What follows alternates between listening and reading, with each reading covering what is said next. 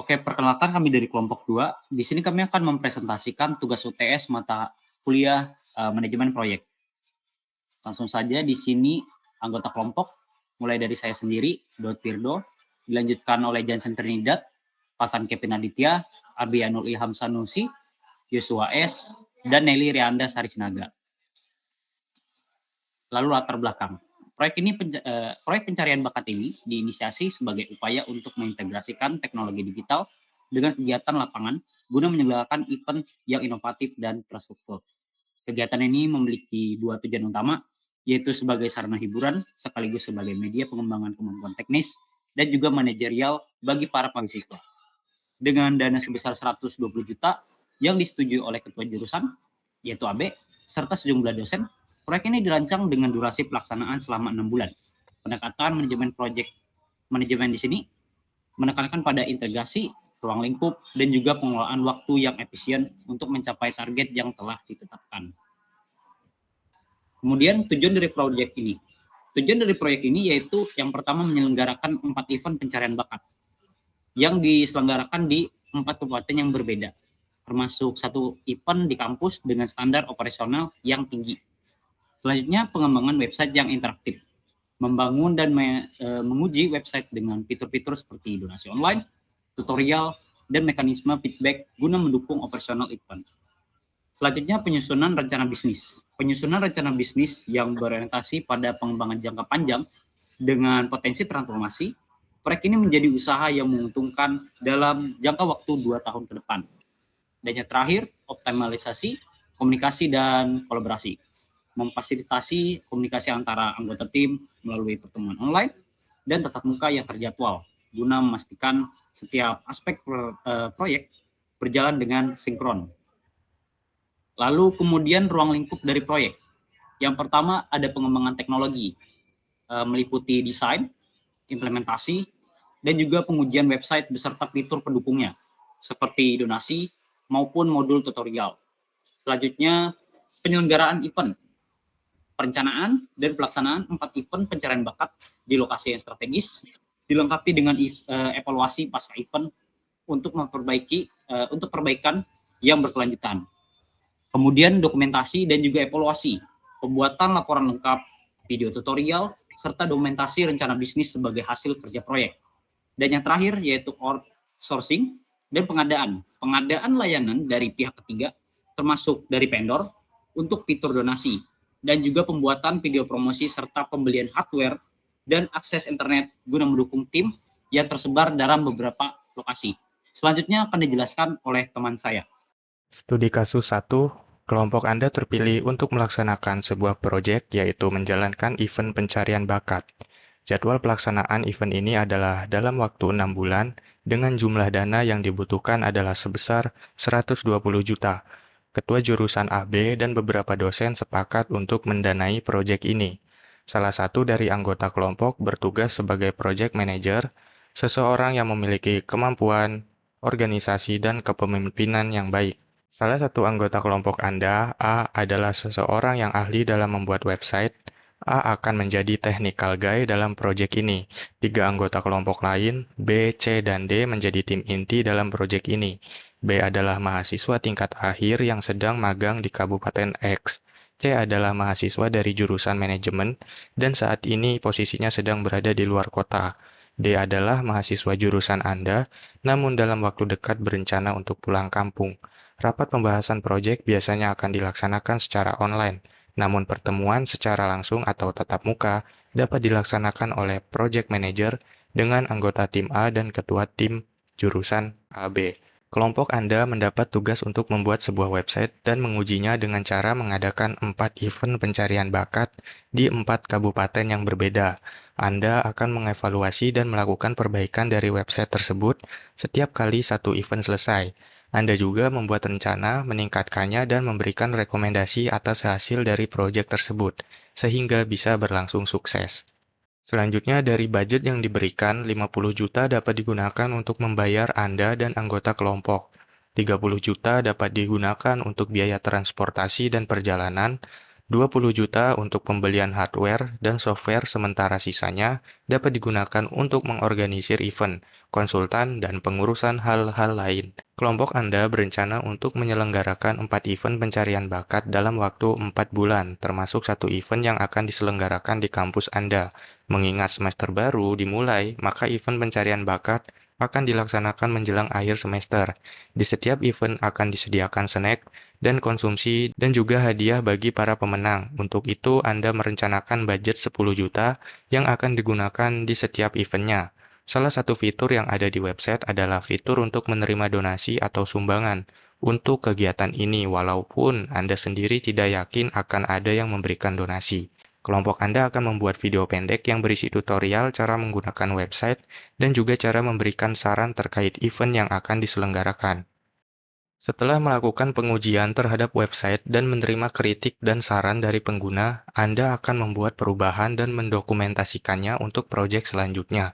Anda juga akan membuat rencana bisnis yang berisi rekomendasi bagaimana mengubah proyek ini menjadi sebuah bisnis yang bisa memberikan keuntungan setelah 2 tahun. Asumsikan bahwa Anda akan membayar secara online untuk hosting dan domain website yang nanti dibuat. Anggota tim A yang akan membuat website atau melakukan perubahan yang dibutuhkan. Namun, Anda berencana untuk melakukan outsourcing atau membeli beberapa fitur layanan seperti fitur untuk melakukan donasi dan membuat short video.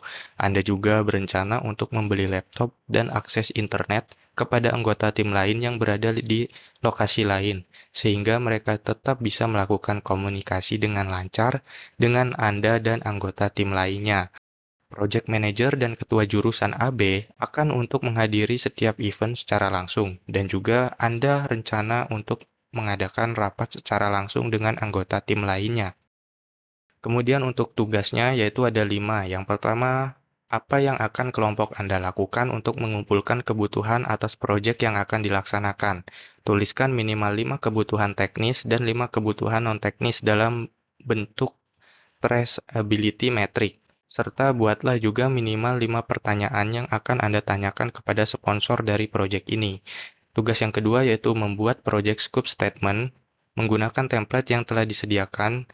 Jelaskan dengan detail mengenai karakteristik produk dan kebutuhan proyek dan hasil kerja dari proyek ini. Pastikan untuk mengikutsertakan website, 4 event, rencana bisnis, dan pekerjaan yang di-outsource sebagai bagian dari project scope.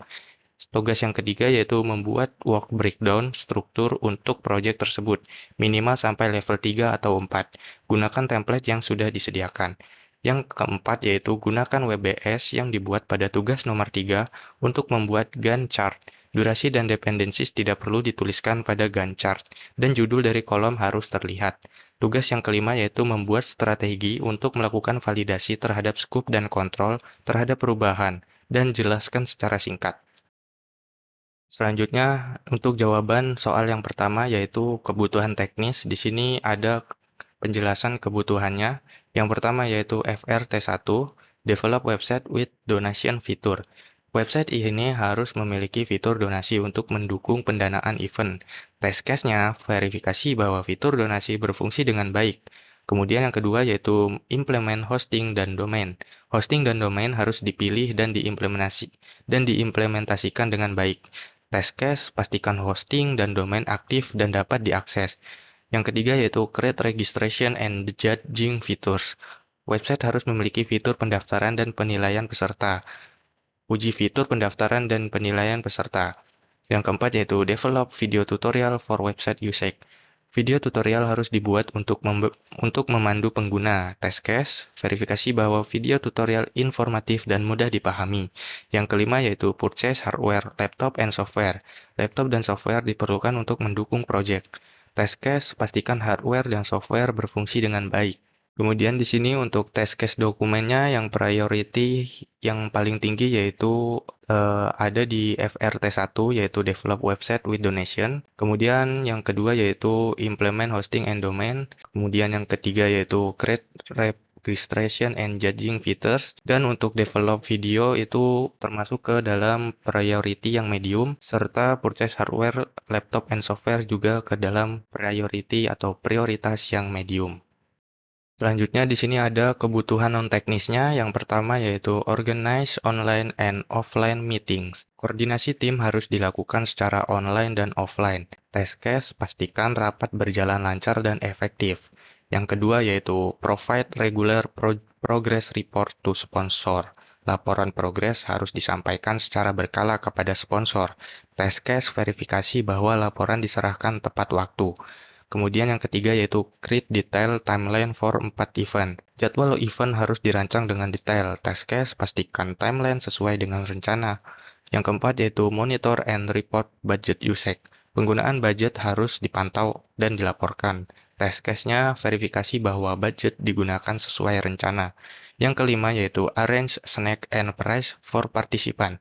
Snack dan hadiah harus disediakan untuk peserta. Test case, pastikan snack dan hadiah tersedia di setiap event. Dan untuk bagian yang terakhir yaitu pada soal pertama, kita disuruh membuat pertanyaan untuk sponsor. Yang pertama yaitu apa tujuan utama proyek ini selain mencari bakat? Apakah ada target khusus yang harus dicapai? Pertanyaan yang kedua, apakah ada preferensi khusus untuk desain website atau fitur yang harus disertakan? Kemudian yang ketiga, bagaimana sponsor ingin memantau progres proyek, bisa dalam bentuk laporan mingguan ataukah dalam laporan bulanan? Yang keempat, yaitu apakah ada batasan atau prioritas dalam penggunaan budget. Yang kelima, apakah sponsor memiliki rekomendasi atau kontak untuk konsultan atau vendor yang dapat membantu proyek. Selanjutnya akan dijelaskan oleh teman saya. Project Scope Statement disusun untuk mendefinisikan ruang lingkup proyek secara detail. Berikut adalah penjelasan lengkapnya. Yang pertama ada nama proyek, event pencarian bakat dan pengembangan website. Untuk sponsor yaitu ketua jurusan AT dan beberapa dosen. Tujuan proyek yaitu yang pertama menyelenggarakan 4 event pencarian bakat di 4 kabupaten berbeda. Yang kedua mengembangkan website pendukung dengan fitur donasi, restoran, dan yang ketiga, menyusun rencana bisnis untuk mengubah proyek ini menjadi bisnis yang menghasilkan dalam 2 tahun ke depan. Selanjutnya ada hasil kerja yang pertama itu website, yaitu fitur donasi, pendaftaran, dan penilaian. Hosting dan domain yang aktif, dan video tutorial penggunaan website. Yang kedua, event pencarian bakat, yaitu event di 4 kabupaten termasuk 1 event di kampus, dan konsumsi dan hadiah untuk peserta dan pemenang. Yang ketiga, rencana bisnis, yaitu analisis pasar dan rekomendasi monetisasi, dan strategi pengembangan proyek menjadi bisnis. Yang keempat, dokumentasi, yaitu laporan evaluasi setiap event, dokumentasi terms dan notulensi rapat dan laporan keuangan. Untuk karakteristik produk adalah aspek-aspek yang mendefinisikan kualitas dan fungsi dari produk yang akan dihasilkan. Dalam proyek ini, karakteristik produk yang diharapkan mencakup yang pertama user friendly dan responsif, yaitu website harus dirancang agar mudah digunakan oleh semua kalangan, termasuk peserta yang mungkin tidak memiliki pengalaman teknis. Desain responsif memastikan website dapat diakses dengan baik di berbagai perangkat, mulai dari desktop hingga ponsel pintar. Kedua, visual yang menarik yaitu estetika website harus menarik perhatian pengunjung. Penggunaan warna, font, dan gambar yang tepat dapat meningkatkan pengalaman pengguna dan membuat website lebih menarik. Yang ketiga, ada fitur yang lengkap dan fungsi yang efektif. Website harus memiliki fitur donasi, pendaftaran, dan penilaian yang berfungsi dengan baik. Setiap fitur harus diuji untuk memastikan bahwa pengguna dapat mengakses dan menggunakannya tanpa kendala. Yang keempat, ada keamanan data, yaitu mengingat website akan memproses data pengguna, termasuk informasi pribadi dan donasi. Aspek keamanan sangat penting. Website harus dilengkapi dengan sistem enkripsi dan perlindungan yang memadai untuk melindungi data pengguna. Yang kelima, informasi yang jelas dan mudah dipahami, yaitu konten yang disajikan di website harus informatif dan mudah dipahami. Pengguna harus dapat menemukan informasi yang mereka butuhkan tanpa kesulitan, termasuk panduan penggunaan dan syarat-syarat pendaftaran. Yang keenam, kemampuan untuk mengelola lalu lintas, yaitu website harus mampu menangani sejumlah besar pengguna sekaligus, terutama saat momen-momen pendaftaran dibuka. Infrastruktur hosting yang kuat harus dipilih untuk mendukung hal ini. Selanjutnya, kebutuhan proyek. Kebutuhan proyek mencakup semua elemen yang diperlukan untuk memastikan kelancaran dan kesuksesan proyek. Dalam konteks proyek ini, kebutuhan proyek yang diidentifikasi meliputi yang pertama, Koordinasi tim yang efektif, yaitu tim harus memiliki mekanisme komunikasi yang jelas untuk memastikan setiap anggota dapat berkolaborasi dengan baik. Ini termasuk penggunaan alat komunikasi dan manajemen proyek yang efektif. Yang kedua, pengelolaan budget yang transparan, yaitu pengelolaan anggaran harus dilakukan dengan transparansi penuh agar semua pihak terkait dapat memantau penggunaan dana. Rincian pengeluaran harus dicatat dan dilaporkan secara berkala kepada sponsor. Yang ketiga, pembelian hardware dan software, yaitu untuk mendukung pengembangan website, tim perlu membeli perangkat keras seperti laptop dan perangkat lunak yang diperlukan. Pengadaan ini harus dilakukan dengan memperhatikan kualitas dan biaya. Yang keempat, ada outsourcing fitur website dan pembuatan video. Beberapa fitur website dan pembuatan video tutorial mungkin memerlukan keahlian khusus. Oleh karena itu, tim harus menyiapkan anggaran dan sumber daya untuk melakukan outsourcing kepada vendor yang berpengalaman. Selanjutnya, pengelolaan waktu yang efisien. Setiap tahap proyek harus memiliki timeline yang jelas untuk memastikan semua tugas diselesaikan tepat waktu. Rapat rutin perlu diadakan untuk mengevaluasi kemajuan dan menyesuaikan rencana jika diperlukan. Selanjutnya, dokumentasi yang lengkap dan rapi. Semua proses, keputusan, dan hasil harus didokumentasikan dengan baik. Ini tidak hanya akan membantu dalam evaluasi proyek, tetapi juga sebagai referensi untuk proyek-proyek mendatang. Selanjutnya, untuk batasan proyek ada waktu, yaitu 6 bulan, dan budgetnya Rp 120 juta, dan lokasinya ada 4 kabupaten termasuk kampus. Untuk asumsi ada donasi tidak akan signifikan, dan anggota tim dapat berkoordinasi secara online. Yang ketiga, eksklusi, yaitu pengembangan aplikasi mobile, dan event di luar 4 kabupaten yang direncanakan. WBS disusun untuk memecah proyek menjadi tugas-tugas yang lebih kecil. Berikut adalah WBS hingga level 3. Perencanaan proyek. 1.1 Rapat awal dengan sponsor. 1.2 Menyusun timeline dan budget. 1.3 Membangun tugas tim. 2. Pengembangan website. 2.1 Desain website. 2.2 Pengembangan fitur. Donasi pendaftaran. 2.3 Pembelian, hosting dan domain. 2.4 Testing dan revisi website. 3. Persiapan event. 3.1 Penentuan lokasi dan jadwal. 3.2 Koordinasi dengan pihak lokal. 3.3 Persiapan konsumsi dan hadiah. 3.4 Promosi event. 4. Pelaksanaan event. Event pertama Kabupaten X. Event kedua Kabupaten Y. Event ketiga Kabupaten Z. Event keempat kampus. 5. Evaluasi dan perbaikan. 5.1 Evaluasi setiap event. 5.2 Perbaikan website. 5.3 Dokumentasi hasil. 6. Rencana bisnis. 6.1 Analisis di pasar. 6.2 Penyusunan rencana bisnis. 6.3 Presentasi ke sponsor. 7. Laporan dan penutupan. 7.1 Laporan akhir proyek. 7.2 Evaluasi kinerja tim. 7.3 Penyerahan hasil ke sponsor. Untuk tugas 4, ada Gantt yang digunakan untuk memvisualisasikan timeline dari proyek yang telah dibuat dari tugas 3. Pada tes pertama, perencanaan proyek akan dilaksanakan pada bulan pertama, kemudian pengembangan website dilaksanakan dari bulan pertama hingga bulan kedua. Untuk tes persiapan event akan dilaksanakan dari bulan 2 hingga bulan ketiga, kemudian pelaksanaan event dari bulan 3 dan bulan keempat. Lalu evaluasi dan perbaikan akan dilaksanakan dari bulan keempat dan bulan kelima. Setelah itu, rencana bisnis akan dilaksanakan dari bulan kelima hingga bulan keenam. Lalu terakhir ada pelaporan dan penutupan yang akan dilaksanakan pada bulan keenam. Ya, tugas kelima yaitu strategi validasi skop dan kontrol perubahan. Pada validasi skop ada 4, yaitu yang pertama review dengan sponsor. Setiap tahap proyek direview oleh sponsor untuk memastikan sesuai dengan ekspektasi. Yang kedua, testing website. Melakukan uji coba website dengan pengguna nyata sebelum peluncuran. Yang ketiga, evaluasi event. Setiap event akan dievaluasi berdasarkan feedback peserta dan penonton. Yang keempat, dokumentasi. Semua perubahan dan keputusan akan didokumentasikan untuk referensi.